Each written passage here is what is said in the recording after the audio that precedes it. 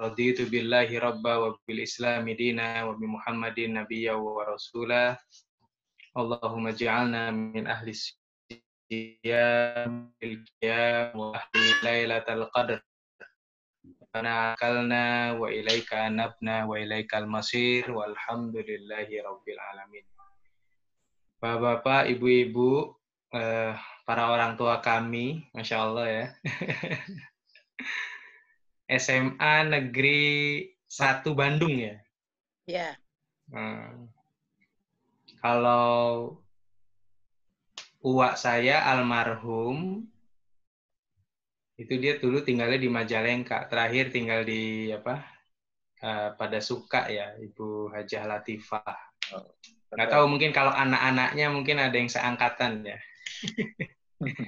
Saya kalau secara garis keluarga masih ada saudaraan sama Kang siapa? Angklung Ujo ya. Angklung Ujo. Lewat sepupu saya yang kemudian menikah dengan keluarganya Ujo gitu kan. Ya, alhamdulillah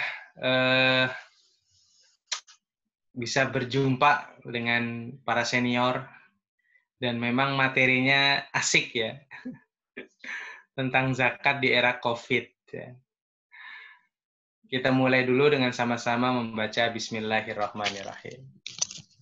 Bismillahirrahmanirrahim. Baik. Pertama, masuk kepada COVID dulu. COVID ini benar-benar adalah sebuah aplikasi nyata terhadap iman. Ya kan? Iman itu kan ada 6.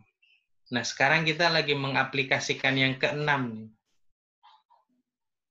Percaya dengan qada dan qadar khairuhu wa syarruhu.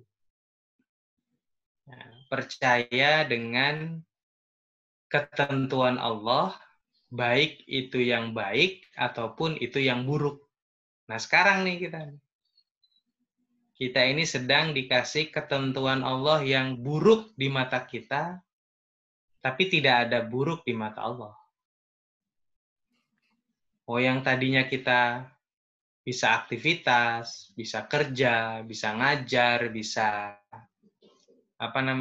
liputan lapangan. Ya, sekarang liputnya dari media sosial doang nih, kayak ngerangkum aja kita bikin berita gitu kan. Paling ya telepon apa gitu.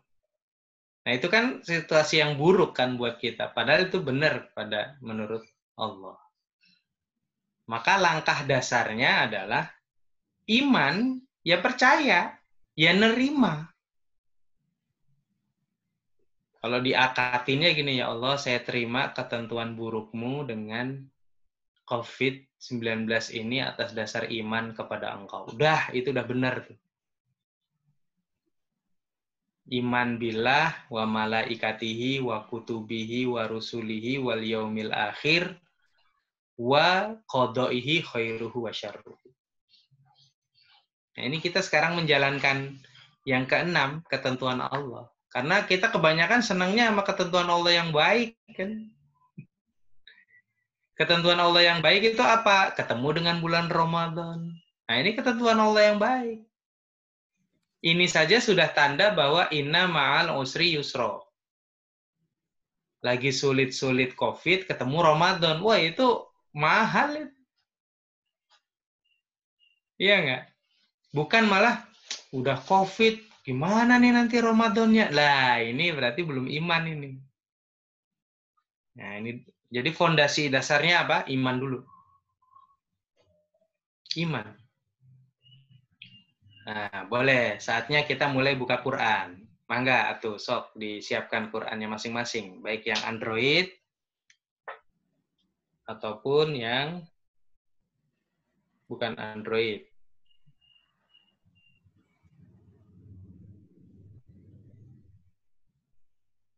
Ya.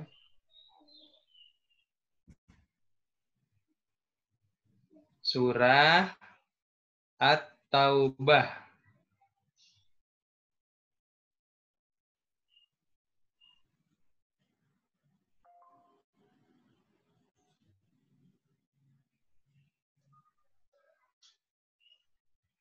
Surat 9 ya, Pak Ustaz. Ya, surat At-Taubah.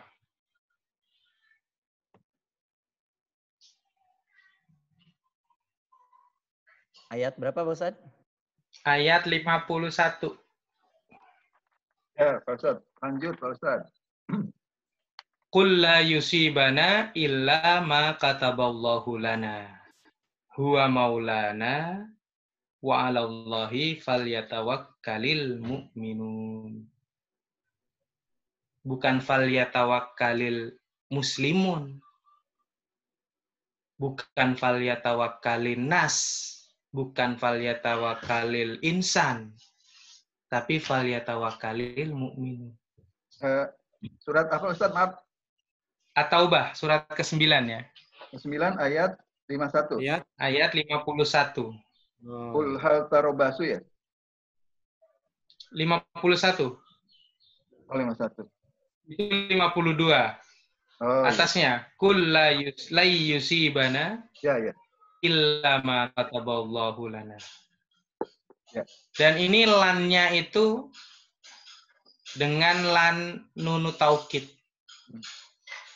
Artinya benar-benar ujian iman, sehingga seorang yang beriman akan mengatakan kita nggak bakalan kena musibah kecuali emang udah apa yang ditentukan sama Allah. Ini penting. Makanya saya di setiap kajian, apapun temanya, harus saya landasi ini dulu.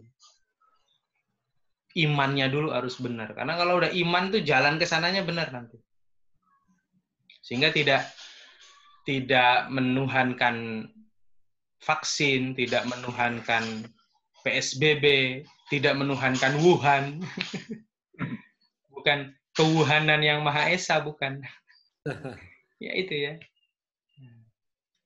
Tapi benar-benar kul la yusibana. Tidak akan pernah sampai musibah ini kepada kita illa ma kataballahu lana. Kecuali yang emang udah sampai kepada kita.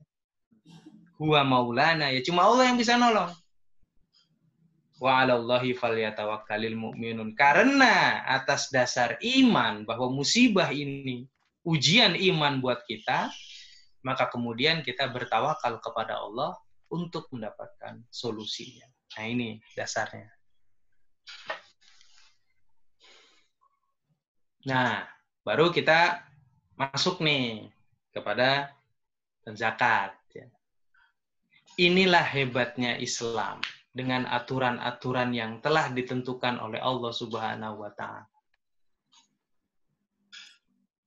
Inilah hebatnya para imam-imam mazhab yang mengatur sedemikian rupa. Yang mengatur sedemikian rupa. Nah, zakat itu kalau menurut saya yang fitrah, ya, dia tidak ada hubungannya, dan juga termasuk yang mal atau yang lainnya, dia tidak ada hubungannya dengan kondisi apapun. Selama dia masuk kategori waktu, jumlah, penerima, dan nisab. Udah, itu aja. Jadi mau hari ini perang pun, ya zakat mah tetap dilaksanakan. Karena syarat untuk melaksanakan zakat mal, yang pertama muslim, ya kan, akil. Yang kedua, balaghon nisab, masuk pada nisabnya. Kalau yang mal itu masuk pada nisab. Nisabnya apa? Pendapatan, penghasilan, keuntungan, bruto malah afdolnya. Ya. Bruto bahkan. Bukan bersih, tapi kotor. Neto. Karena kalau bersih, ada orang yang begitu bersih cuma 1 juta. Sebulan begitu bersih cuma 1 juta, 1.500.000. Ya dia nggak masuk nisab dong. Nisabnya sekarang adalah 86 gram. 84 gram. Ya kan? Nah, harga emas berapa sekarang? Hampir di angka 700 ya? Ya, sekitar itu, Ustaz. Ya. Bisa dikali aja 700.000 dikali 86 gram. Berapa juta tuh? Silahkan 58. dihitung. 58,8 juta. 58 juta. Ya. 58 juta di breakdown menjadi 12 bulan. Jadi hampir di angka 4,7 juta. Jadi kalau kita penghasilan per bulan 4,7 juta, wajib mengeluarkan zakat. Berapa? 2,5% aja. Nggak banyak. Malnya ya. Jadi kalau yang gaji 2 juta, nggak wajib zakat. Mal. Fitrah mah wajib. Nggak wajib, dia sedekah aja. Jadi kita tinggal menghitung nih. Caranya gimana? Ya, print aja rekening. Beberapa rekening kita di print, disatuin. Oh segini nih kotornya. Ya sudah, keluarin. Bismillah. Dan 2,5% itu sama sekali tidak akan menghalangi proses-proses yang lain-lainnya, Pak, insya Allah. Ya kan? Nggak banyak gitu ya. Paling antara 500.000 gitu kan, nah gitu. Sampai 1 juta gitu. Jadi kalau misalnya 40 juta aja, 2,5%-nya ya hanya 2.500.000 kan? Nggak banyak. Dan kalau kita sudah potong zakat prosesnya, ya kita tinggal menambahkan kekurangannya saja jika memang perusahaan kita sudah memberlakukan gaji kita dipotong zakat. Ya sudah, tinggal kekurangannya saja. Udah simpel. Jadi itu indahnya zakat. Jadi tidak berkurang. Nah, tinggal sekarang syarat yang ketiga, kalau tadi yang pertama adalah balik, kemudian nisab, kemudian persentase, baru yang keempat adalah penerimanya. Nah, penerimanya juga masih di surat At-Taubah, naik aja 10. Ya. Naik 9 ayat. Ayat 59. Ayat 60 ya. Innamas sadaqatu lil fuqara wal masakin wal amilina 'alaiha wal mu'allafati qulubuhum wa fir riqab wal gharimin wa fi sabilillah wa ibnis sabil. Peringkat pertama secara grafik adalah fakir. Didahulukan yang fakir.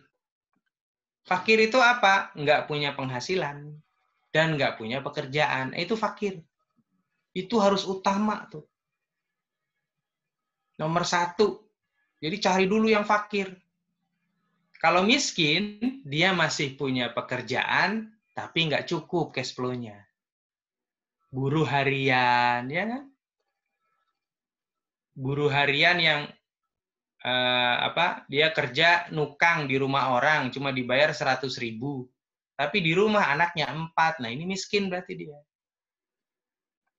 HP-nya jadul misalnya. Rumahnya ngontrak. Nah, ini miskin nih, dapat dia. Tapi kalau fakir, udah nggak punya pekerjaan, nggak kehitung juga penghasilannya, serabutan. Itu fakir. Ya kayak yang sudah beredar-beredar di medsos lah ya, yang sampai kurus kering lah, yang inilah, itu fakir tuh, itu harus diutamakan. Ya. Kalau kemudian dia dikasih dari sana, dikasih dari sana, dikasih dari sana, dikasih, ya itulah berkahnya Ramadan, biar dia dapat banyak beras. Ya. Apalagi kalau kemudian kita nyatu nih, ayo masing-masing menginikan si fulan nih 1 bulan 1 orang, udah 12 bulan ke depan. Hukum akalnya masuk, nanti baru hukum umurnya urusan Allah. Jadi dia hidup misalnya cuma bertiga. 3 itu beras apa, berarti sembako gini, langsung aja kasih. Udah menjalankan itu. Fakir. Yang kedua baru miskin. Nah, baru setelah itu apa? Setelah miskin, barulah yang ketiga tuh ternyata amil. Amil zakat itu harus dapat itu. 1/8-nya. Ini kan 8 golongan, maka 1/8-nya atau 20%-nya. Ya kan? Maka kemudian 12% ya. Jadi maka kemudian amil itu dapat. Jadi lembaga-lembaga zakat sebelum mereka menyalurkan, mereka potong dulu itu 1/8 dari zakat itu untuk mereka. Barulah mereka mencari para orang-orang fakir yang diutamakan. Jadi di sini ada kalimat nih, ada yang kita suka salah. Anak yatim nggak wajib menerima zakat. Kenapa? Karena anak yatim ada yang kaya. Kalau dia anak yatim, piatu misalnya, yatim piatu nggak punya bapak ibu kan, baru dia tidak punya penghasilan dan masih di bawah umur, nah baru lah dia diasuh dengan siapa? Kalau dia diasuh dengan pamannya, baru dia berhak mendapatkan zakat. Tapi kalau dia masih ada ibunya, masih ada bapaknya, ya. Raffi Ahmad tuh anak yatim kaya raya, ya kan? Bapaknya meninggal, ibunya masih ada, ya kaya raya tuh anak yatim. Nah kalau anak yatim itu menerima zakat, oh banyak. Jadi makanya di sini cara Allah. Ya. Nah, barulah kalau mau ngasih anak yatim, masukkan dia di kategori fakir atau miskin. Dia masuk enggak? Kalau enggak ya nggak usah dikasih. Karena banyak anak yatim yang mampu. Maka dahulukan dulu yang fakir. Wal 'amilina 'alaiha wafir riqab. Nah, orang yang baru saja dibebaskan dari perbudakan. Orang yang baru dibebaskan dari perbudakan kasih zakat. Contohnya apa? TKI, TKW. Saya mau berangkat lagi, Pak. Kemana? Ke Hong Kong. Iya.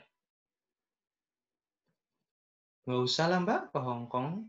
Atau ke Taiwan, nggak usah. Mbak. Udah. Kamu udah nggak ada kontrak kerja lagi kan? Udah nggak ada. Sudah semau-mau saya sih, Pak. Mau lanjut kerja ke sana ya bisa, ya enggak, ya enggak. Udah nggak usah. Udah kamu kerja sama saya. Nah, jadi kita sedang membebaskan itu. Walaupun tidak ada lagi perbudakan sekarang kan.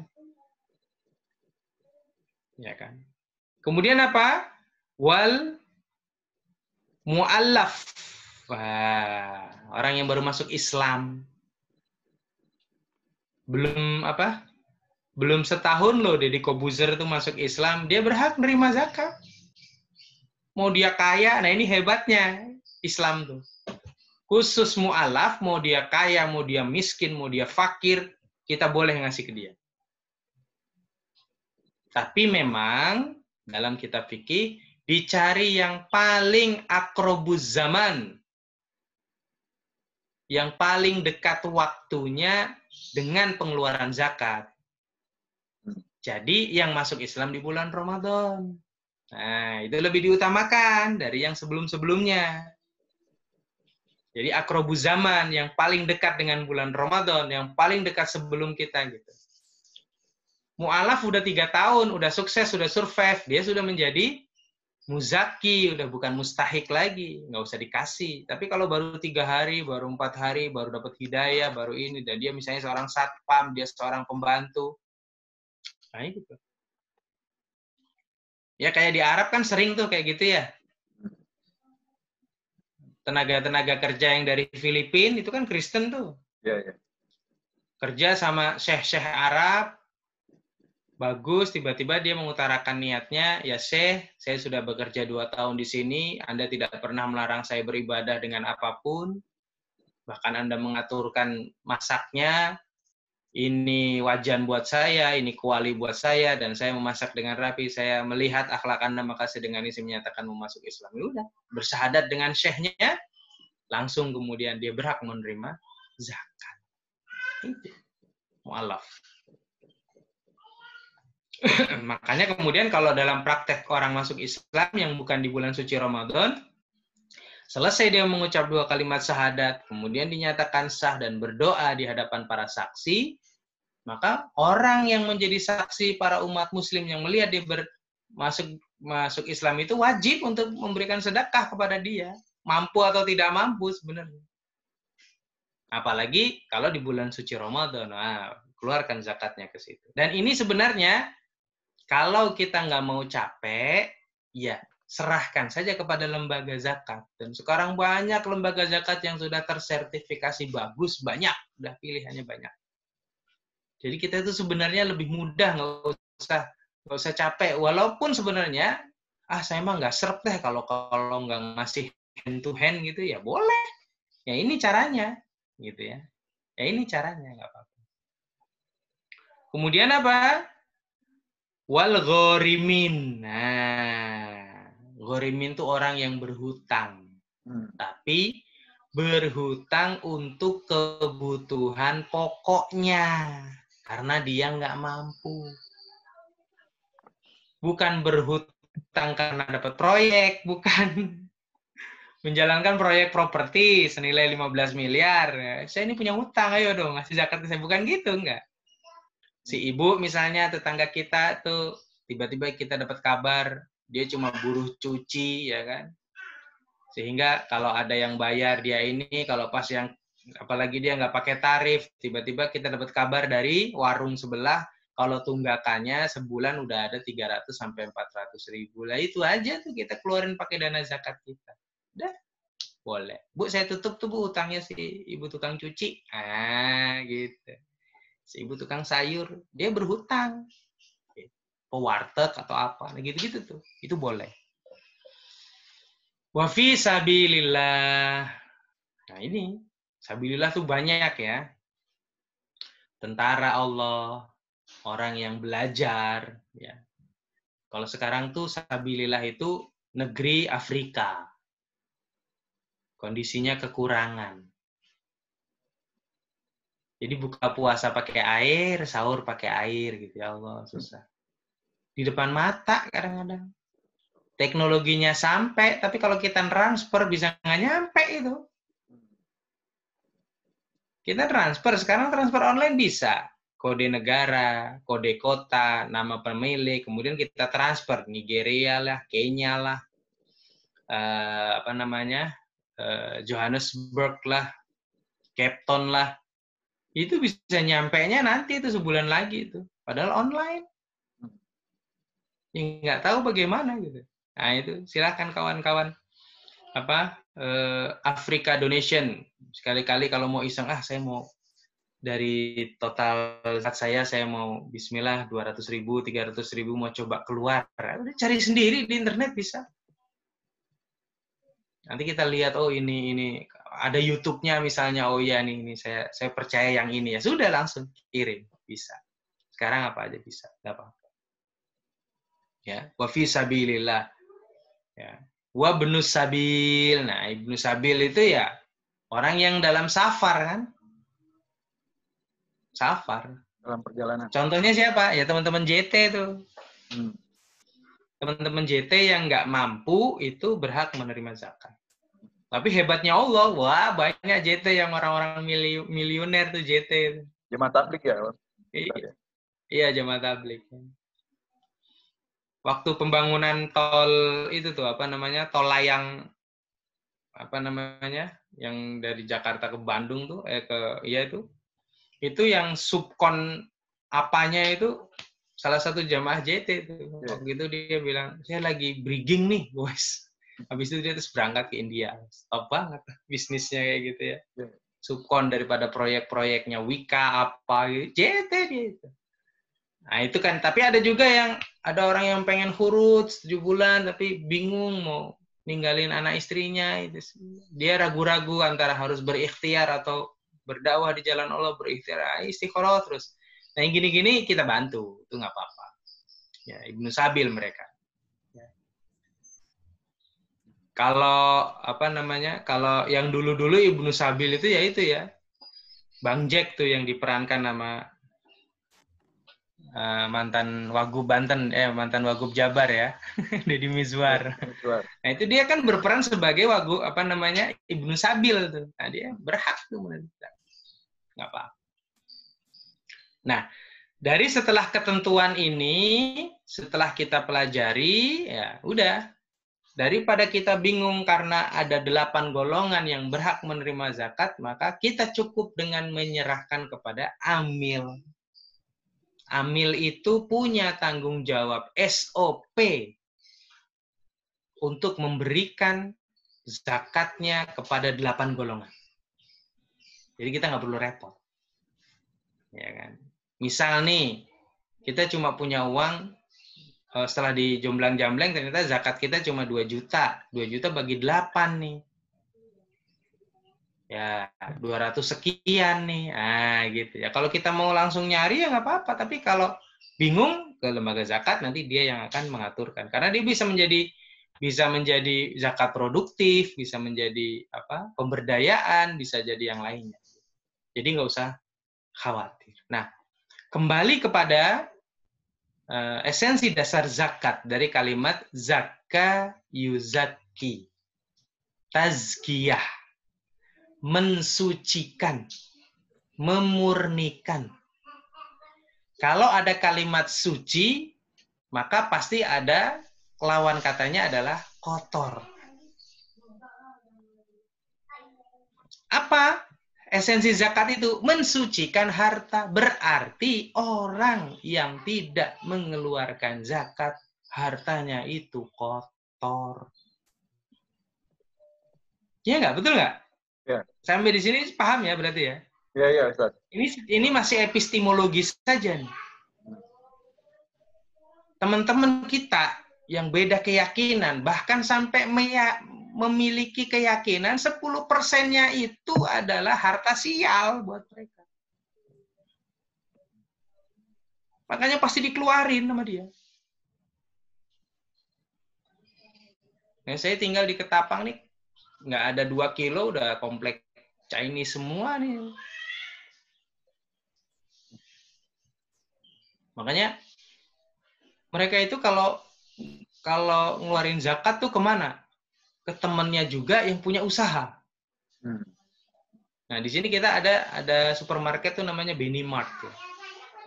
Oh, itu orang-orang sekitar tuh kalau lagi ngeluarin zakatnya tuh versi mereka tuh ke sana tuh. Sehingga apa? Wah, kita jadi kebanyakan modal nih. Apa yang terjadi? Bakar uang. Beras yang di Superindo 64.000 di Benimart bisa dijual sama dia 40.000. Bahkan jadi rame. Dia udah disubsidi. Jadi rame. Pempes 62.000. Di situ berapa? 48.000. Rame udah. Mereknya sama. Padahal ke Superindo cuma naik motor lagi 2 menit sampai. Coba. Iya nggak? Sempet nggak kita ini kepikiran nih. Zakat itu kemudian diserahkan dalam seperti itu. Kalau kita anggaplah sekarang ini yang rada muslim ini tip-top lah gitu. Tip-top tuh ada 3 di Rawamangun, di Ciputat, di mana. Terus kita subsidi dia tuh. Lalu tiba-tiba kemudian dia langsung turunkan harga itu. Wah, itu akan mempengaruhi pasar. Sehingga yang muslim-muslim belinya ke situ, wah, itulah yang disebut dengan ekosistem yang terjadi. Nah, itulah yang terjadi dengan all-shop itu kan. Disuntik dia triliunan dari negeri sana, dia bakar uang habis-habisan. Teman saya bisa dapat iPhone X cuma bayar 10.000, benar-benar nyampe ke rumah. Dia cuma asal ikut-ikutan. Saya asal ikut-ikutan kan nggak ngarep gimana hukumnya tuh. Nah, kan repot nih. Kalau yang all shop kemudian dia ikut undian terus ngarep, terus kalah ya nggak apa-apa. Dia coba iseng terus dia nggak mikirin tahu sampai rumah itu iPhone X-nya. Coba gimana tuh hukumnya? Ya, qur'ah ya adalah sendiri hukumnya. Barulah kemudian maka maksudnya di situ ya mensucikan. Kalau karena sesuatu menjadi suci, maka sesuatu itu kotor aslinya. Ini filosofinya. Makanya, orang yang tidak mengeluarkan zakat, harta kotornya menjadi apa? Menjadi sifat pada dirinya. Apa? Sifat tamak. Udah pasti. Tamak bawaannya apa? Marah. Marah bawaannya apa? Hipertensi. Hipertensi bawaannya apa? Darah tinggi, jantung, kelar udah. Sayang kan kalau kayak gitu.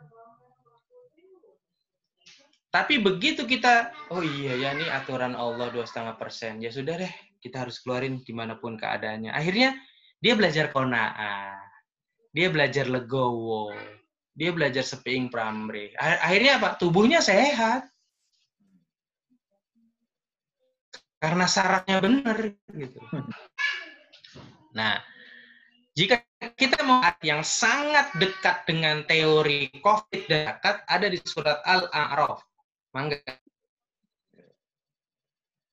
Al-A'raf. Berapa ya?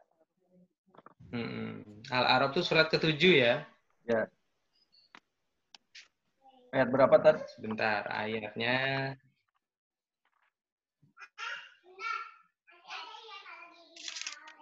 Sudah saya catat.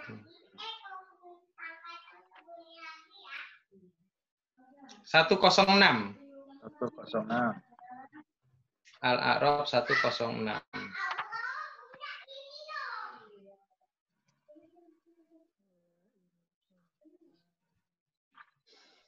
A'udzu billahi minasyaitonir rajim. Mana ya?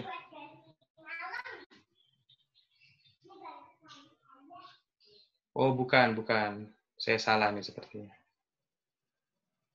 Fir'aun.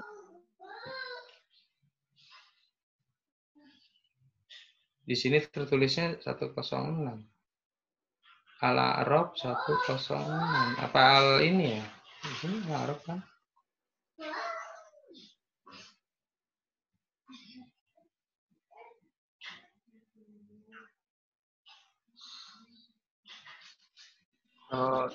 Ini 106 soal Fir'aun, Ustaz. Iya, sebentar.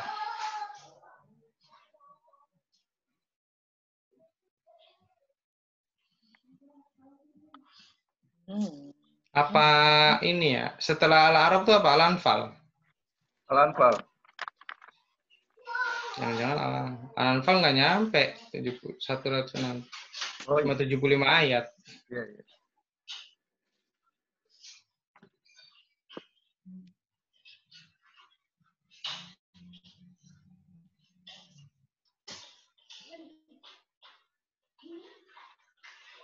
Jadi itu ada kalimat musibah, kemudian yu'tuna zakat, ada gitu.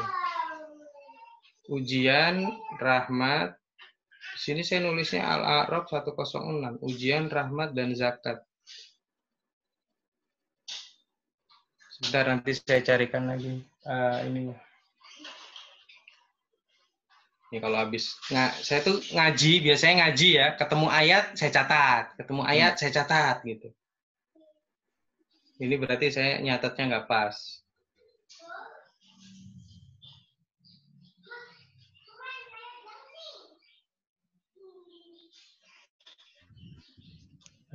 Sebentar, saya cari Qur'annya.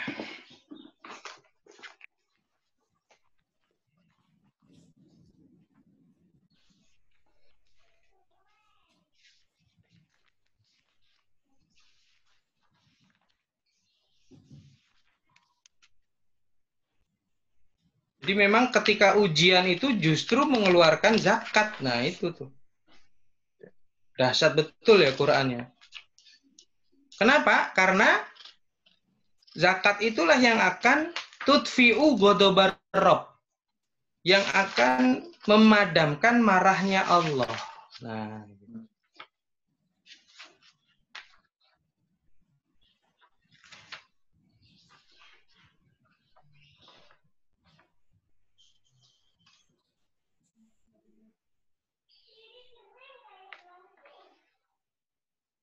ini saya udah tahu.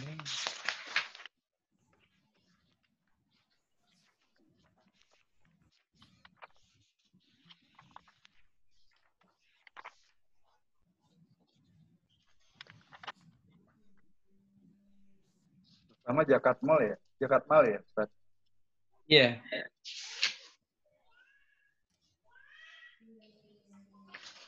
Gak apa-apa, nanti sambil jalan. Iya. Ya, Ustaz, sambil jalan aja, Ustaz.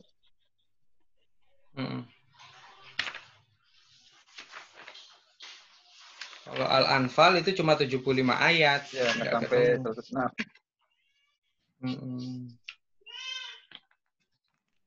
Saya ingatnya itu kalau di Quran saya itu di sebelah sini. Dan di surat Al-A'raf.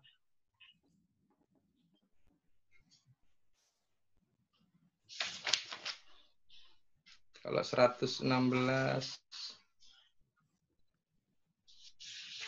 nggak apa-apa. Mungkin saya salah ngelihat ya. Nanti saya carikan. Jadi ujian, rahmat, justru solusinya adalah zakat. Iya, iya. Justru solusinya adalah zakat gitu. Tapi zakat dengan kalimat yungfikun. Bahkan kalau kita kembali kepada surat Al-Baqarah itu malah jelas kan? Yu'minuna bil ghaib wa yuqimuna shalah wa mimma razaqnahum yunfikun. Sudah.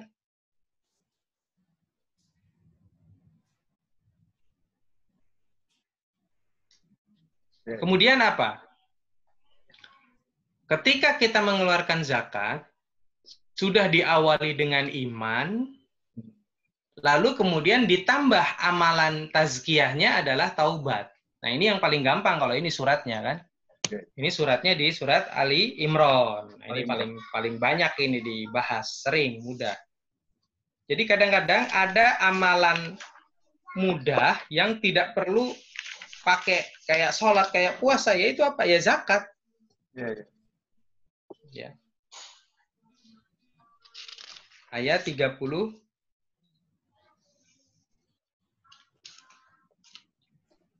33. 32.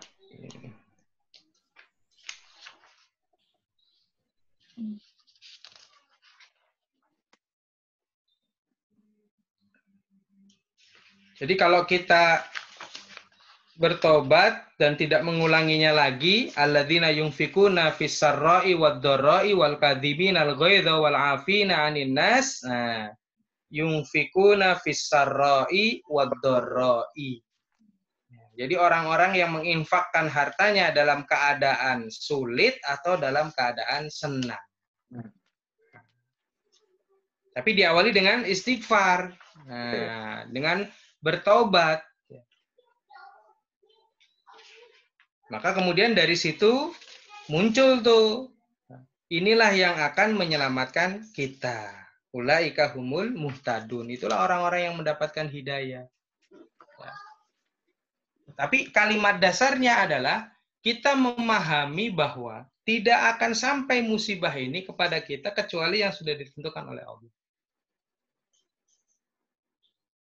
Masih ingat ya kisahnya Abdurrahman bin Auf ya? Iya, iya. Ingat ya kisahnya Abdurrahman bin Auf? Orang kaya. Suatu hari kan dia ketemu sama Rasulullah. Ya. Lalu kemudian dikasih tahu tuh. Abdurrahman bin Auf, kamu akan termasuk golongan yang akan masuk surga. Wah, seneng dia. Masya Allah, seneng banget ya. Seneng dia. Orang digituin siapa yang nggak seneng, Pak? Bu. Tapi apa yang terjadi? Itu ternyata statement Rasulullah masih koma. Yeah. Tapi, ada tapinya. Kamu adalah orang yang paling lama hisapnya nanti pada hari hisap. Karena kekayaannya itu. Ya Allah. Barulah muncul kan. Kita ini kebanyakan cuma taunya apa coba? Al-yawma nakhtimu ala afwahihim wa tukallimuna aydihim wa tashhadu arjuluhum bima kanu yaksibun. Di surat Yasin. Hari di mana kami tutup mulut mereka. Wa tukallimuna aydihim. Tangan mereka akan bicara ketika kaki tangan bicara, almarhum Krisya kan. Padahal itu baru episode pertama. Anggota tubuh kita yang bersaksi itu episode pertama tuh di Yaumil Hisab. Episode kedua adalah harta kita. Ya uang, ya emas, ya baju, ya piring. Oh tuh, piring tuh jadi saksi, ayo. Siapa yang di rumahnya piringnya seabrek, nggak dipakai-pakai, bajunya seabrek, nggak dipakai-pakai, itu bersaksi tuh. Bersaksi menjadi barang mubadzir. Iya loh. Bersaksi menjadi barang mubazir. Kenapa titis? Iya kan? Udah mah kalau meninggal orang mau pakai sisanya kita pada ketakutan, lah kan mending waktu hidup kita bagi-bagiin. Iya enggak? Itu baru jadi tahap awal anggota tubuh kita bersaksi. Semuanya, sampai rambut-rambut ini bersaksi. Yang kedua, harta kita. Yang ketiga, orang ketiga terhadap kita. Itu juga sedang pada bersaksi. Nah, maka kemudian saking bersaksinya itu, maka kemudian Abdurrahman bin Auf itu paling lama nanti hisapnya. Akhirnya apa? Stres beliau. Udahlah, kalau gini saya miskin aja lah, gitu. Udah cukup buat saya masuk surga, ngapain juga pakai dihisap lama. Hisap itu, Pak, yang halal dihisap, apalagi yang nggak halal, Pak. Ini halal, bener ya, oke, confirm, iya, bagus gitu. WTP, wajar tanpa pengecualian, WTP, gitu loh. Nanti yang mulai nggak wajar, oh ini diusut sama malaikat. Ya nggak usah diusut, kita nggak usah ngomong, kenapa? Lalu harta itu sendiri yang bersaksi, saya didapat dari ini, kemudian saya begini, gitu. Akhirnya apa yang dilakukan oleh Abdurrahman bin Auf? Dia habiskan uangnya untuk membeli kurma di seluruh Jazirah Madinah dan Mekah saat itu. Dibeli semuanya sama dia. Biar apa? Uangnya habis. Sampai lumbung kurmanya Utsman. Itu penuh dengan kurma. Sampai busuk. Mungkin kalau bahasa kita, miskin dah nih kita nih. Terserah dah mau meninggal besok juga nggak apa-apa. Saya ingin menjadikan akhir kalimat hisab saya, Abdurrahman bin Auf, untuk apa hartamu terakhir? Aku belikan kurma dari sahabat-sahabatku, ya Allah. Udah. Tapi Allah berkehendak lain. Emang Allah yang ingin menakdirkan dia itu bakalan lama dihisab, yaitu ketentuan Allah. Kurma busuk di gudangnya berhari-hari sampai mengalami fermentasi, datang utusan dari Raja Yaman.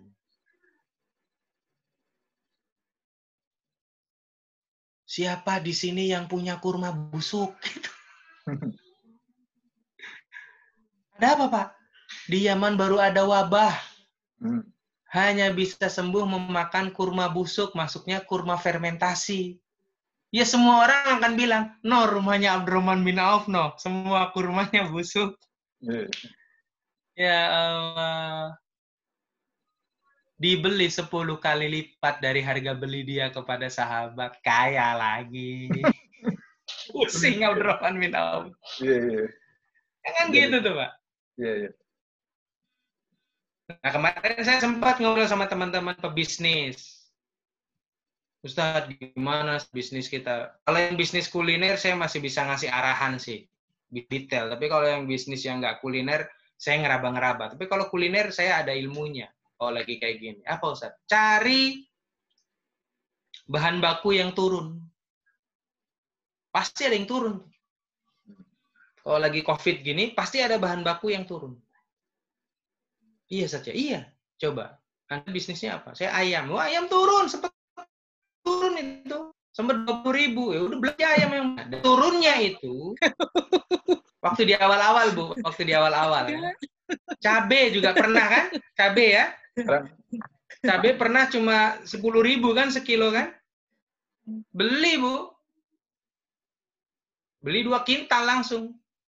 Ada yang kesindir. Ketika bahan pokoknya ada yang turun, dibeli yang banyak, lalu produksi, lalu turunkan harga. Nah, itulah yang terjadi sama beberapa teman-teman. Seperti teman saya, Martabak Hawa itu, Pak Haji Teddy Rahman. Ketika harga cabai turun, dia borong. Dia ingat ilmunya Abdurrahman bin Auf, dia pakai. Habis itu apa? Dia yang biasanya martabak itu harga 24.000, untuk yang martabak telur, dia bisa jual 15.000. Akhirnya ya pelanggan dia nggak merasa kecewa kan? Walaupun COVID tetap bisa makan martabak Hawaii misalnya kayak gitu. Termasuk yang wareng, Mas Jody, pas ayamnya dapat yang murah, pas harga dagingnya turun, pas ini dibeli yang banyak, terus diturunin, beli dua bayar beli tiga bayar dua kan gitu. Nah gitu tuh. Jadi pasti ada solusi, mungkin enggak solusi. Paling yang jadi masalah yang jasa. Kayak travel tuh bingung kita mau merestrukturisasi pekerjaannya selama 3 bulan tuh saya sendiri bingung. Kecuali ya perencanaan di bulan Agustus saja gitu. Perencanaan di bulan Agustus itu aja. Tapi selama 3 bulan ini nggak bisa ngapa-ngapain, mau nggak mau gitu. Tapi ya itulah cara Allah. Memang Allah menginginkan dengan COVID ini banyak hal yang harus istirahat, banyak hal yang lain yang kemudian berkembang. Gitu. Ya inilah, ada makhluk yang doanya baru terkabul tuh ya sekarang-sekarang ini. Makhluk itu namanya bumi. Makhluk itu namanya bumi. Bumi itu termasuk makhluk, golongan makhluk yang doanya lama dikabulkan. Planet bumi itu makhluk yang paling lama dikabulkan doanya. Iya. Walaupun dia kecil, tapi dia bisa membuat iri semua makhluk di seluruh alam jagat raya ini. Ya kalau bumi dibanding langit gimana? Wong bumi ada di dalam langit. Sama matahari nggak ada apa-apa. Tapi semua makhluk ciptaan Allah iri kepada bumi. Kenapa? Karena di bumi akan diciptakan dan akan muncul makhluk terbaik di antara semua makhluk, yaitu Nabi besar Muhammad SAW. Makhluk terbaiknya sendiri udah manusia, ditambah lagi manusia terbaiknya adalah Nabi Muhammad SAW, maka kemudian semuanya iri kepada bumi. Gitu. Bumi cuma minta, ya Rabb, jika engkau punya makhluk yang terbaik, tempatkanlah di bumi. Gitu saja. Akhirnya Nabi Muhammad diturunkan di bumi. Melalui yang sebelum-sebelumnya kan gitu. Nah bumi kan sekarang happy dia. Happy sekarang bumi itu. Porosnya nggak keganggu, semuanya nggak keganggu. Tapi kira-kira bertahan berapa lama? Saya lagi ngebayangin.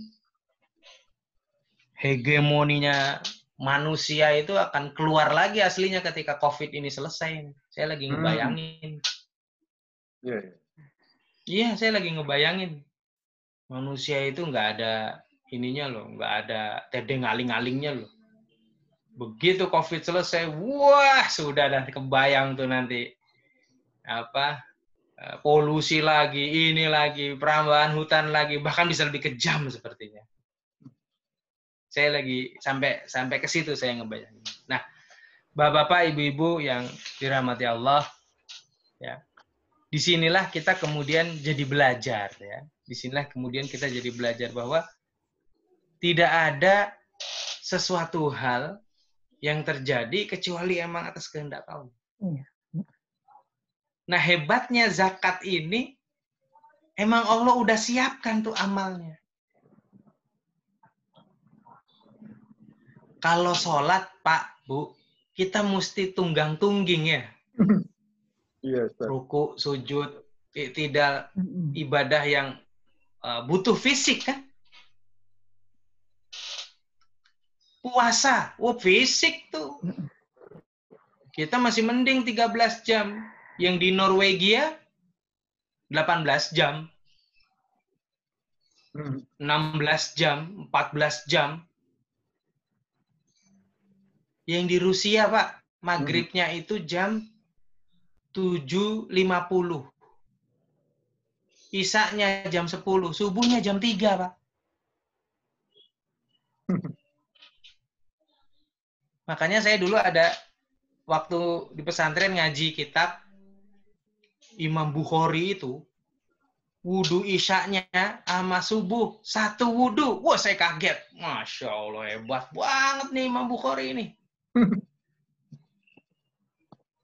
Wudunya Pak dari isya sampai subuh tuh nggak batal Imam Bukhari itu. Sekarang begitu udah tahu teknologi, oh ya iyalah, oh isya jam 10, subuh setengah 3. Cuma 4 jam setengah ya bisa lah gitu. Iya nggak? Betul nggak? Iya, betul, Ustaz. Iya, lah coba lihat waktu Rusia. Isya itu jam 9, jam 21 sekian. Terus subuhnya itu 2.40 berapa? Ya cuma 4 jam, 5 jam. Ya bisa lah kalau kayak gitu, Bang. Saya mah mikirnya dari jam 7 malam sampai jam 4 pagi. Dahsyat banget nih Bang Bukhari. Inilah karena kita nggak ngerti tuh ya kayak gitu tuh ya. Nggak ngerti. Nah, kemudian setelah sholat, puasa, haji. Wah, itu amalan fisik yang paling dahsyat tuh haji. Dan dia penggabungan semua, Pak. Kalau sholat itu yang dibutuhkan adalah ngerti apa yang dia baca. Kalau soal harta, yang penting yang dia pakai halal. Udah, itu kalau sholat. Ngerti yang dia baca, masuk waktu sholat, menghadap ke kiblat, dan apa yang dipakai dia halal. Dah, sholatnya sah. Urusan nanti madhabnya, bagaimana-bagaimananya itu proses. Puasa, inti dasarnya ya nahan. Nahan gak makan dan minum dari mulai imsak sampai buka puasa. Selebihnya, amalannya tetap dihisap. Ada yang tetap dengan sifatnya, ada yang tetap dengan karakternya, ada yang tetap dengan ininya, macam-macam. Tinggal kita mau puasa biasa, puasa khusus, atau puasa khawasul khawas. Haji, nah udah mah ilmu, fisik, waktu, harta. Nah amalan harta itu zakat. Hebatnya zakat tuh kita nggak perlu wudhu. Nggak perlu sholat, nggak perlu baca doa. Udah cuma begini doang itu sudah. Bahkan kita nggak pakai niat juga nggak apa-apa. Karena udah terhati. Tapi kenapa orang yang tidak zakat sampai diperangi oleh Abu Bakar As-Siddiq? Sampai diancam sama Umar bin Khattab. Barulah kemudian periode Utsman, dia lebih brilian, otaknya kerjanya struktural. Warga Madinah sudah mulai ada pencatatan sipil, ya sudah kalau udah dicatat enak. Ente kagak keluar zakat, keluar dari Madinah, jangan jadi umat saya, udah sana keluar. Selesai kalau Utsman. Nggak ada catatan sipil, zamannya Abu Bakar sama Umar belum ada catatan sipil. Baitul Mal saja masih bingung membedakan kan? Nah, itu pada zaman Umar. Tapi zakat menjadi amal yang dahsyat. Dan kenapa sampai diperangin? Oh, ternyata ya satu. Ya karena zakat itu amal yang diambil dari dunia. Ibaratnya. Walaupun secara teori itu milik Allah. Karena di situ ada campur tangan ikhtiar manusia, yaitu bekerja.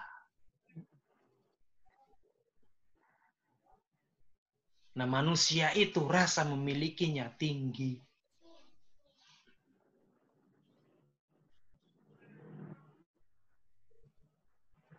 Oh, cuma begitu aja sih, Pak. Kok susah? Bukan soal susahnya, Pak. Ngumpulinya susah, Pak. Nah, itu yang bikin berat tuh. Setan tuh masuk ke kita, ya Allah, ngumpulinya susah, mesti dikeluarin. Padahal nih, Allah sudah ngingetin kita berkali-kali, Allah bilang dalam Al-Quran. Ada hari di mana yaumun la yanfa'u malun wala banun. Ada hari di mana yang udah nggak bermanfaat lagi itu rizki dan anak-anak. Kapan? Ya ketika sudah persiapan kubro. Ketika nanti matahari udah terbit sebelah timur, ya sudah. Ya. Atau barat ya? Barat ya? Terbit dari barat ya? Ya. Begitu sudah barat, udah harta kita udah nggak bisa. Saat itu orang mau ngasih orang udah nggak butuh karena orang mencari keselamatan diri saat itu. Itulah yang disebut yaumun la yanfa'u malun wala banun.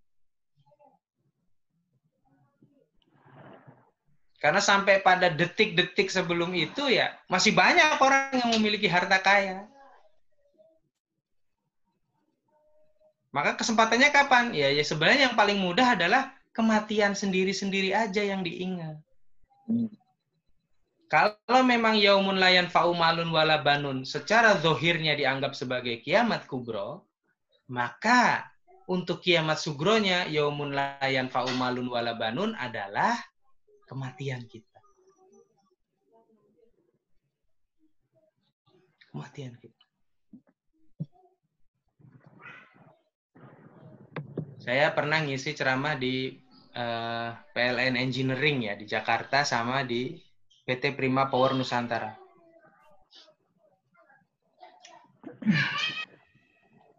Di rootnya itu sering curhat sama saya. Saya tadi malam datangin ibu saya. Ibunya udah meninggal. Gitu. Ini sampai 3 kali. Selama seminggu 3 kali didatangin berkali-kali Pak Ustadz. Oke, saya tanya. Cuma Pak Haji aja apa yang lain? Iya, adik-adik saya juga. Kumpul. Sekeluarga kumpul sana. Ketemuan di mana kumpul? Kumpul ya Pak Ustadz? Iya. Terus bahas. Cari apa hajatnya orang tua yang sampai meninggal belum kesampaian. Pasti ada tuh. Ketemu ternyata ini. Ya udah tunaikan. Wong itu murah kok, nggak nyampe sekitar 20-30 juta, anak 5, udah tunaikan, udah gitu doang. Habis itu nggak lagi mimpi, nggak datang lagi. Udah, yang gitu-gitu tuh.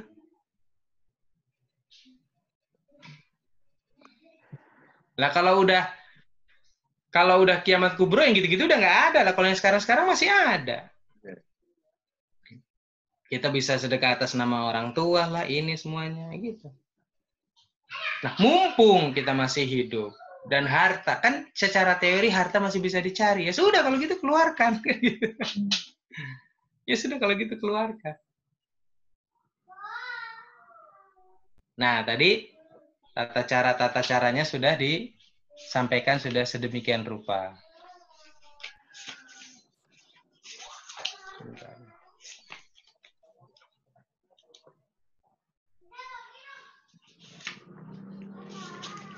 Saya masih penasaran tadi sama suratnya tadi tuh.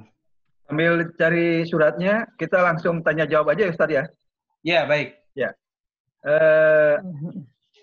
Barangkali ada di antara teman-teman yang mau mengajukan pertanyaan ke Ustaz Hendy, mangga dipersilahkan. Silakan. Mangga. Tafadhol. Assalamualaikum warahmatullahi wabarakatuh. Waalaikumsalam warahmatullahi wabarakatuh. Mengenai zakat, maaf Pak Ustadz, itu kan kalau kan ada nisab, ada haul, ada jumlah dan waktunya. Iya. Bagaimana kalau kita mengeluarkan zakat itu belum sampai nisab dan haulnya? Contohnya begini, kita mungkin dalam 1 tahun gaji kita 100 juta lah. Itu kan udah masuk. Yeah. Nisabnya udah. Tapi haulnya belum. Nah, pada saat misalkan bulan kedua itu ada orang yang membutuhkan.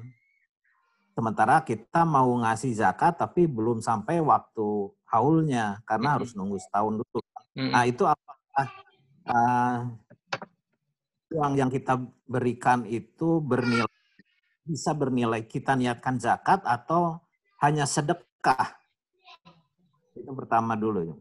Mungkin itu dulu Pak Ustadz. Baik. Kalau haulnya belum masuk, maka kita masukkan pendapatan selain yang reguler.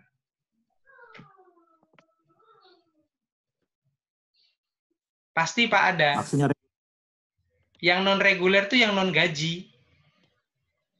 Ya misalkan pegawai negeri lah, itu kan gajinya kan tiap bulan kan udah pasti, misalkan 8 juta gitu. Kalau kumpul-kumpul itu kalau dikeluarkan per bulan lah untuk membantu orang, itu kan belum nisabnya tuh. Ya. Atau gini aja, apakah ada zakat profesi? Itu aja dulu. Kalau zakat Apakah profesi adanya memang sudah ada. Jadi kalau kita sudah mengeluarkan zakat profesi, maka zakat malnya itu tidak dikeluarkan, tidak apa-apa. Karena profesi itu menjadi bagian daripada harta yang kita miliki, kan, pendapatan dari profesi itu kan. Nah, gitu jumlah. tuh. Kalau zakat profesi nisabnya gimana ngitungnya Pak Ustadz? Kalau zakat profesi sejumlah yang dia dapat 2,5% sudah. Dia tidak ada nisabnya.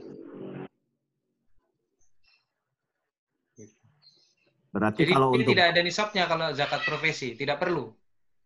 Berarti untuk zakat profesi itu tidak ada nisab, tidak ada haul ya? Karena tiap karena boleh sebulan. Nah. Bukan ada yang dikeluarkan setiap bulan, dia sudah otomatis kan, udah potong, maka dia udah selesai. Maka tinggal, makanya kan sebenarnya cara ngitungnya kan, kalau memang belum masuk haul, maka caranya pendapatan dari kekurangan yang haul itu. Sebenarnya hitungannya adalah kita tidak perlu mengambil dari patokan haulnya, Pak. Bukan hanya dari patokan haul, tapi patokannya kita mulai bekerja dan menghasilkan. Nah, gitu tuh. Jadi kalau haulnya zakat itu kan 1 tahun hijriyah ya. Jadi sebenarnya yang paling mudah ngitungnya pendapatan dari Ramadan kemarin ke Ramadan ini. Bukan pendapatan dari Januari sampai ke Mei, bukan. Jadi haulnya haul hijriyah, Pak. Haulnya adalah mulai dari bulan Syawal sampai Ramadan ini. Nah, di situ nanti akan kelihatan, oh iya, sempat ada proyek kecil-kecilan sekian dapatnya. Walaupun itu uangnya udah kepake, Pak. Dihitung aja seingat kita. Begitu ternyata, udah 48 juta lebih nih, ya udah berarti udah. Nanti begitu dihitung nih Pak, seret, kemudian 2,5%, terus kita cek di rekening, ada itu cara Allah, ada. Itu hebatnya 2,5% itu di situ. Kalau itu lanjutannya Pak Ustadz, kalau kita mengeluarkan zakat profesi tiap bulan, kita masih punya tabungan senilai nisab misalkan, apakah tabungan itu merupakan hasil tabungan sisa dari gaji kita yang sudah kita zakati. Nah, apakah uang tabungan itu nantinya akan terkena wajib zakat lagi atau tidak? Itu aja, Ustaz. Baik, kalau tabungan kita secara teori perbankan, misalnya dia syariah, ya, maka dia ada murabahah. Makanya kan tabungannya mau apa nih? Mau qardul hasan saja atau mau murabahah? Kalau murabahah, maka akan ada margin yang diberikan kepada perbankan syariah dengan jumlah nilainya kita. Misal tabungan kita 120 juta. Nggak kita apa-apain. Ternyata setelah 1 tahun menjadi 128 juta. Nah, 8 juta ini dizakatin nih, Pak. Bukan total 128 jutanya, bukan. Jadi itu caranya tuh. Jadi yang dizakatin hanya yang lebihannya saja. Jika dia perbankan syariah, maka biasanya akan ada margin yang dikeluarkan kalau kita dengan program murabahah. Tapi kalau hanya qardul hasan, dia akan angkanya segitu-gitu aja, Pak. Kalau dia memang pernah dizakatin, tidak perlu lagi dikeluarin, Pak. Dan kalau kita mengeluarkan, maka niatnya sedekah. Gitu. Kalau zakat emang benar-benar yang bergerak, yang menghasilkan. Ada yang tidak bergerak tapi menghasilkan, masuk zakat. Ada bergerak nggak menghasilkan, ya nggak masuk zakat, masuknya sedekah. Gitu. Jadi ada yang tidak bergerak tapi menghasilkan, yaitu deposito syariah. Dia tidak bergerak tapi menghasilkan, ya sudah. Marginnya saja yang kemudian dipotong 2,5%. Tidak disamakan dengan emas ya? Artinya total semua simpanan. Karena kan pasti, karena dia masuk nisab. Tidak perlu sama emas, karena pasti melebihi nisab emas, Pak. Kalau misalnya memang itu disebut nisab. Tapi kalau di bawah nisab ya tidak perlu. Kita punya tabungan 30 juta, nggak masuk nisab. 40 juta, nggak masuk nisab. Nggak masuk nisab. Gitu. Itulah enaknya Islam ya. Ada nisabnya. Jadi yang tidak masuk nisab jangan khawatir. Oh, saya takut salah nih. Lah kalau takut salah, bersedekah. Gitu. Ya. Makanya kan zakat itu kan tu'khad, diambil. Dasarnya itu zakat tuh diambil. Kenapa? Karena emang nisabnya gede. Berarti kalau gede, emang orang berpunya yang zakat itu. Maka caranya ya emang gak gampang, ya harus diambil. Kalau orang sudah saking punya, jarang yang punya inisiatif untuk mengeluarkan zakat. Emang harus ditagih gitu. Kan di Quran jelas tuh khodu, diambil. Jadi orang Indonesia ini masih halus nyuruh zakatnya dengan iklan-iklan yang bagus. Di Arab mah ketok pintu, Pak. Dok. Kita dari amil zakat mau mengambil zakat Anda. Ayo hitung-hitungan. Itu yang benar gitu, Pak. Ya. Jadi kalau emang belum nisab, tidak dikeluarkan tidak apa-apa. Walaupun sudah 1 tahun. Sehingga dia dikeluarkannya sebagai shadaqatun minas shadaqah. Jadi emang itulah enaknya zakat kalau sudah 1 tahun, sudah nisab. Kalau sudah nisab belum 1 tahun, sebenarnya kalimatnya begini, Allah itu berarti dari bulan-bulan yang lain juga ada rezeki gitu. Nah. Enggak, yang lain barangkali Pak Husni udah selesai. Ada lagi? Boleh yang lain silakan. Yang lain dulu. Enggak, dipersilakan. Assalamualaikum, boleh?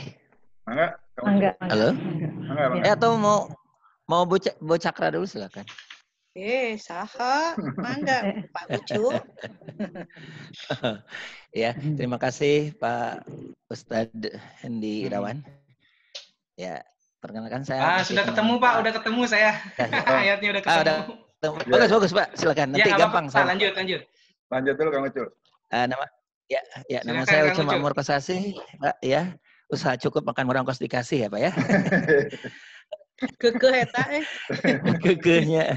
Jadi begini Pak Ustadz, kalau tadi Pak Ustadz sudah bicara jelas sekali bahwa di Quran juga kita sering mendengar yang 8 asnaf itu kan ada urutannya ya Pak Ustadz ya. Yeah. Kalau kita ke badan zakat amal tadi amilin itu gampang kan, nanti mereka ngatur. Tetapi tadi seperti kata Pak Husni Tamrin juga, mungkin kita ada yang perlu ada saudara Pak. Nah, apakah misalnya seperti tadi kita punya harusnya zakat 2 juta misalnya ya, kita harus keluarin 2 juta nih. Apakah ini harus selalu 8 asnaf atau kita lihat ini tetangga atau saudara sekarang apalagi COVID gini kan mereka nggak makan Pak. Kalau kita harus berbagi dengan misalnya nyari yang mu'alaf, kita mungkin katakanlah gini, di dekat rumah saya yang mu'alaf nggak ada gitu. Tapi saudara sama tetangga ini butuhnya banget gitu ya, sampai nggak makan misalnya. Nah, apakah 8 itu harus adil tadi dibagi 8 atau boleh sesuai dengan kebutuhan di masyarakat yang sekarang terjadi gitu. Ada tetangga, keluarga yang memenuhi atau cukup dengan kondisional sekarang yang sedang terjadi gitu. Jadi kita keluarkan 2 juta tuh mungkin jadi tidak berimbang ya Pak Ustadz. Demikian, terima kasih. Baik. Ya. Kalimat 8 asnaf itu adalah salah satunya saja. Oh iya. Kalau kita bisa semuanya afdol, kalau salah satunya udah sah, gitu loh. Iya, Pak. Ya kan? Iya. Kayak baca subhana rabbiyal azimi wa bihamdi 3 kali, tapi ada satu ruku kita mau baca 20 kali, enggak apa-apa. Nah, gitu. Iya. Yang penting Allah ngasih harus di antara 8 golongan itu, tidak boleh tidak. Ada saudara fakir, oh duluin malah. Dapat 2 fadilah kita tuh. Fadilah akrobin, kemudian fadilah asnaf. Wah, itu kuantum zakat namanya tuh. Iya. Nanti terakhir saya kasih yang apa ya? Kuantum amal ya nanti. Wah, bagus. Jadi satu lagi Pak Ustadz, tambahin boleh? Boleh ya. Itu tadi udah jelas ya. Silakan Kang Ucu yang lain. Jelas. Nggak nyambung dengan yang tadi. Misalnya sekarang katakanlah yang tadi tidak ada, tapi pada saat Ramadan ini yang membutuhkan adalah misalnya masjid pembangunan, padahal mungkin masuk di sananya paling apa ya, Pak Ustadz, apa namanya? Dari 8 asnaf itu masuk ke di jalan Allah ya. Fisabilillah. Fisabilillah ya. Nah, Masjid termasuk fisabilillah. Nah, maksudnya pada saat sekarang misalnya kebetulan tidak ada yang membutuhkan, tapi masjid yang membutuhkan juga boleh berarti ya?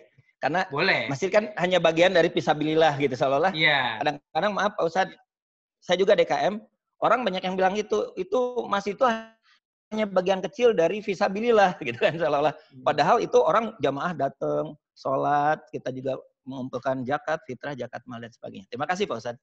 Iya, bisa. Masjid juga bisa. Baik, ternyata ayatnya ayat 156. Oh. Surat Karena apa, saya itu? tulisannya Arab ya, 156, tapi saya nulisnya 106. Kosong itu kan angka 5 ya. Iya.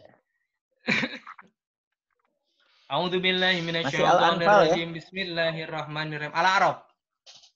Al-A'raf. Waktub lana fi hadhihi dunya hasanah wa fil akhirah inna hudna ilaika. Nah. Jadi kalau kita berdoa, kita harus minta berdoa agar ditakdirkan di dunia itu baik, di dunia itu berkah, di dunia itu kaya, di dunia itu sejahtera. Dan juga apa? Wa fil akhirah. Dan juga nanti di akhirat. Ini ayat sebenarnya menunjukkan kepada kita boleh minta dunia dan seisinya. Dunia dan seisinya apa? Harta, tahta. Boleh Pak minta tahta itu. Ya kalau kita siap seperti Nabi Yusuf ya boleh. Nabi Yusuf kan menawarkan diri kepada Allah untuk jadi penguasa. Jadi boleh nggak mengajukan jadi anggota dewan? Nah, nggak tahu nih. Pak Cahya gimana? Ya. Pilih Pak Haji Cahya untuk DPRD tahun 2024. Kita jadi marbot aja, Ustaz. Gitu ya. Iya. Kemudian apa? Inna hudna ilaika. Sesungguhnya kami memasrahkan hidayah kami kepada Engkau ya Allah. Lalu Allah jawab, qala adzabi usibu bihi man asya. Doamu saya terima, tapi ingat, azabku aku berikan kepada siapa saja yang aku kehendaki. Yang disebut aku kehendaki itu bisa perorangan, bisa per kelompok, bisa seluruh bumi. Nah sekarang ini nih. Aku berhendak atas corona ini kepada seluruh bumi. Happen. Usibu bihi man asya. Tapi ingat, di tengah-tengah musibah Allah bilang lagi, wa rahmati wasi'at kulla syai'in. Tapi jangan takut, rahmatku itu luas. Itu loh, Allah udah ngasih tahu, di balik musibah ada rahmat. Contoh rahmat yang paling gampang tuh apa? Sekarang orang-orang Eropa sangat spiritualistik hidupnya. Sekarang semuanya jadi menutup aurat, coba. Pakai APD ya. Iya kan? Iya. Wa rahmati wasi'at kulla syai'in. Kepada siapa aku kasihkan rahmatku ketika dalam musibah? Nih lihat, Kan kita tadi di atas kalimatnya waktu pelana. Ya. Tetapkanlah kepada kami. Lalu kemudian Allah bilang, maka aku akan tetapkan. Ya, fasa'aktubuha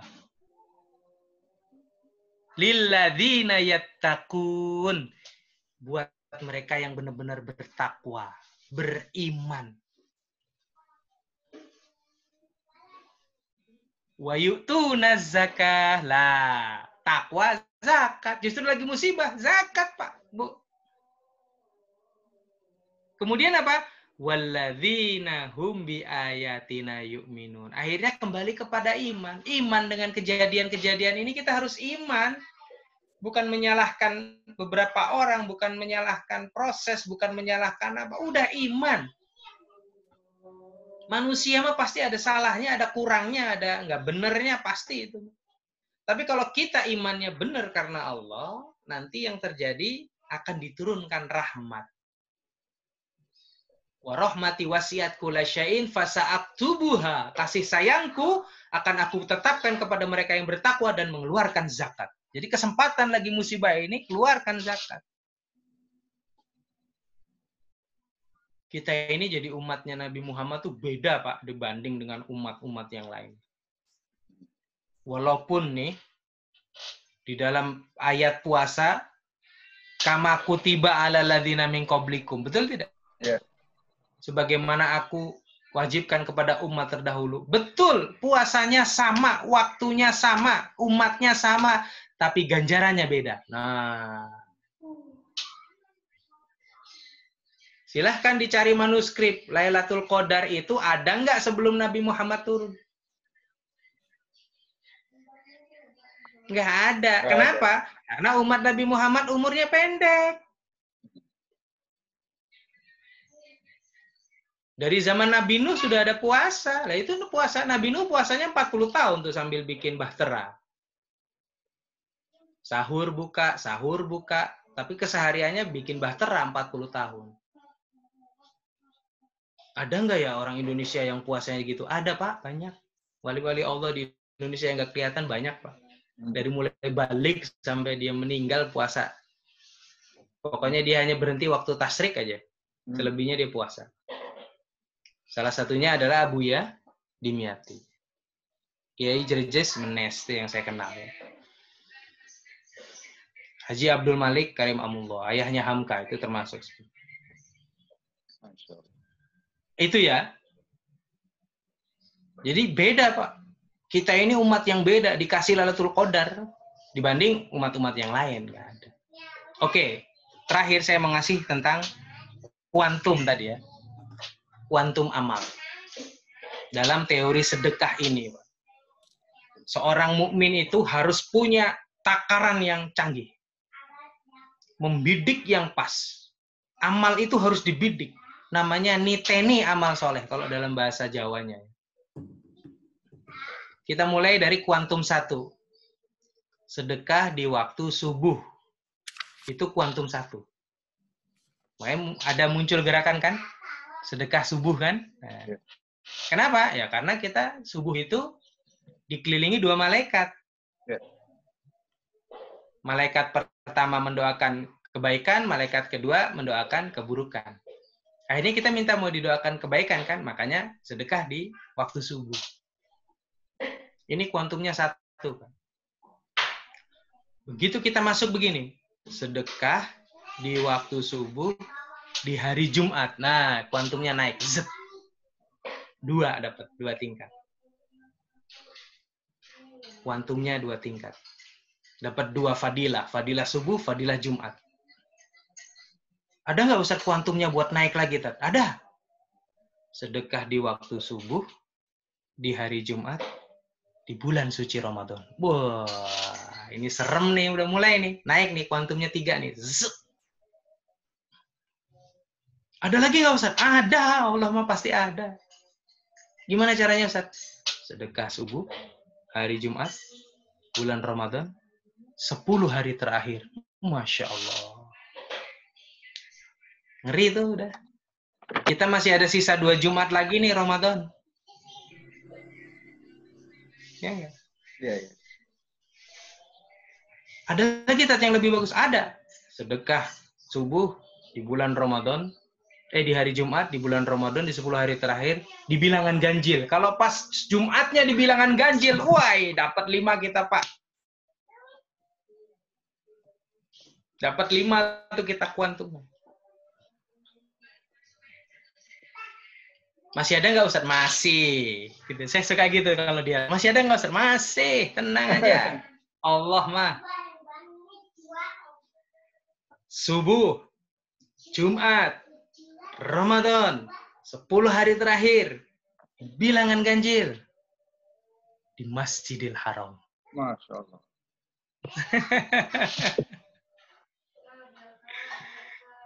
Kalau udah kayak gini, Pak, kita mesti niatin berangkat umroh. Di waktu Ramadan. Mengeksekusi zakatnya itu di Masjidil Haram di hari Jumat di 10 hari terakhir. Tuh, udah tuh. Dapat semua tuh kuantumnya. Wah. Ada yang lebih keren lagi nggak Ustaz? Ada, tenang aja Allah mah. Kalau tadi terakhir kan di Masjidil Haram. Di depan Multazam, Pak. Kita melakukannya, Pak. Jadi, konfirmasi transfernya itu di Multazam. Keren. Makanya saya kemarin waktu sama Kang Dewa Eka Prayoga, saya kasih challenge dia. Ayo Kang Dewa, bikin acara ini apa? Umroh bareng pengusaha di bulan Ramadan, di 10 hari terakhir. Jadi ketika dia mengeluarkan THR, dia mengeluarkan zakatnya, semuanya dieksekusinya di Masjidil Haram. Wah, itu keren. Pahalanya dapat tuh, Pak. Itu kayak kita sedekah 100.000 kali kan? Ini harus mengorbankan dong. Masa seumur hidup kita bisa ke sana tapi kita nggak ke sana kan sayang. Ada harta tapi kita nggak ke sana kan sayang. Saya bilang sama teman-teman pengusaha, yakin nggak kalau harta-harta kita ini kadang bercampur dengan yang subhat? Ayo kita netralin dengan ke sana. Kali aja timbangannya bisa jadi stabil, sehingga Allah ridho, sehingga hisab kita dipercepat. Mikirnya harus ke sana. Ya kan pengusaha-pengusaha yang usia udah di atas 50, kalau ditanya-tanya tujuannya apa habis ini? Saya pengen husnul khotimah. Ayo kita antar kalau mau husnul khotimah. Kita umroh 10 hari terakhir. Udah itu. Urusan travelnya terserah. Kalau perlu ntar kita ketemuan di sana. Lah pengusaha sih berangkat-berangkat aja bebas. Orang kan sedikit Pak orang yang bisa seperti itu kan Pak ya? Iya. Buat yang tidak punya harta caranya gimana? Baca Al-Qur'an. Ya Allah saya nggak punya harta tapi saya pengen banget khatam saya itu di hari Jumat di 10 hari terakhir di bulan Ramadan di depan multazamu. Ya Allah, saya pengen khatamnya itu di situ. Sehingga ketika aku berdoa, pahala daripada baca Quranku ini bisa aku persembahkan kepada Engkau, kepada Rasulullah, kepada umat semua manusia. Sekiranya bisa menghapuskan dosa-dosaku dan juga kalau ada lebihnya bisa untuk menghapuskan dosa-dosa yang lain. Sempat nggak kita itu kepikiran mengamalkan apa yang diamalkan oleh Rasulullah? Rasulullah itu kan menggadaikan amalnya buat kita. Pernah nggak kita berpikir, saya mau menggadaikan amal kita? Ya iya sih, kita tuh nggak bakalan bisa. Kalau Rasulullah kan karena udah tahu mau masuk surga, dia menggadaikan amalnya ketika sakaratul maut kan. Sampai beliau berkata, ya Allah sakit betul sakaratul maut ini. Timpakan saja kepadaku, jangan engkau timpakan kepada umatku. Ambil semua amalku untuk umatku. Sampai kayak gitu. Nah kita harus pernah tuh seperti itu. Lagi ngaji, lagi doa, lagi taraweh. Terus kita berdoa, ya Allah terima tarawehku hari ini. Jika ada pahalanya, ampuni dosa-dosaku. Jika ada lebihannya, ya Allah kasih buat orang tuaku. Allah, Rasulnya, umat manusia semuanya. Enak tuh Pak, gitu tuh. Kalau kita nggak punya harta, apalagi yang mau kita sedekahkan kecuali amal kita. Sehingga malaikat mencatat, hamba ini sering menggadaikan amalnya untuk umat yang lain. Wah, oke. Ya, semoga ini bisa menjadi ibrah ya. Amin. Sebenarnya sejatinya saya menasihati diri saya sendiri ya, pasti masih banyak kurangnya dan pasti banyak belajarnya karena yang di hadapan saya lebih banyak pelajaran hidupnya kan dibanding kita yang masih yang nggak muda juga sih, tapi bedanya mungkin bapak-bapak, ibu-ibu lebih banyak mengalami manisnya kehidupan, bukan asam garam ya. Manisnya kehidupan. Dibilang asam garam kayaknya kok susah banget hidupnya. Nah, kita masih bisa kumpul zooming kayak gini kan udah ini ya. Terima kasih Pak Haji Cahya, Pak Haji Kusuma, Bu Titis, Bu Septi, Pak Husni, Bu Teni, Bu Elsa, Kang Ucu, dan Mas Ari. Ya, semoga semuanya dirahmati oleh Allah Subhanahu wa taala. Kita berdoa. Semoga puasa kita sampai selesai 30 hari dan bisa ketemu lagi Ramadan selanjutnya dalam nilai ketakwaan. Al-Fatihah. Amin. Bismillahirrahmanirrahim. Allahumma shalli wa sallim wa barik ala sayyidina Muhammad wa ala alihi walhamdulillahi rabbil alamin. Amin. Allahumma innaka afuwwun karim tuhibbul afwa fa'fu anni. Allahumma rzuqna lailatal qadr. Allahumma rzuqna husnal khatimah. Allahumma rzuqna bi taqabbulil a'mal. Allahumma atina fi sab. Allahumma rabbana 'alaika tawakkalna wa ilaika anabna wal masir. Allahumma dafa'na al bala wal waba wal fahsya wal munkar wal mihan wal fitan. Ma dhahara minha wa ma batan min baladina hadha khassa wa min buldanil muslimina. Rabbana atina fid dunya hasanah wa fil akhirati hasanah wa qina adzabannar. Sallallahu alaihi wa sallam Muhammadin wa alihi wa sahbihi ajmain walhamdulillahi rabbil alamin.